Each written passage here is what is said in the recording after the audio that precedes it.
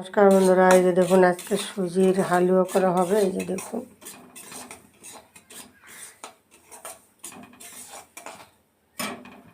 এখানে দুধ দিয়ে আর দেবো আমি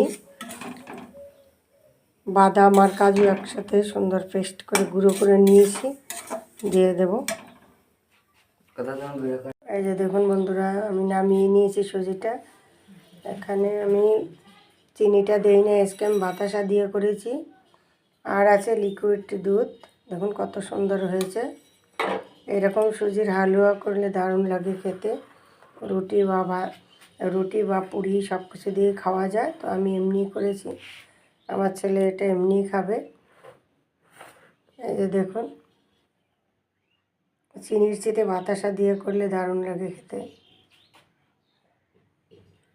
এই যে দেখুন, এটা পিস পিস করে কেটেও নেওয়া যাবে। এই যে দেখুন এরকম, আবার এমনিও খাওয়া যাবে। ভিডিওটি ভালো লাগলে লাইক, কমেন্ট, শেয়ার, সাবস্ক্রাইব করে পাশে থাকুন।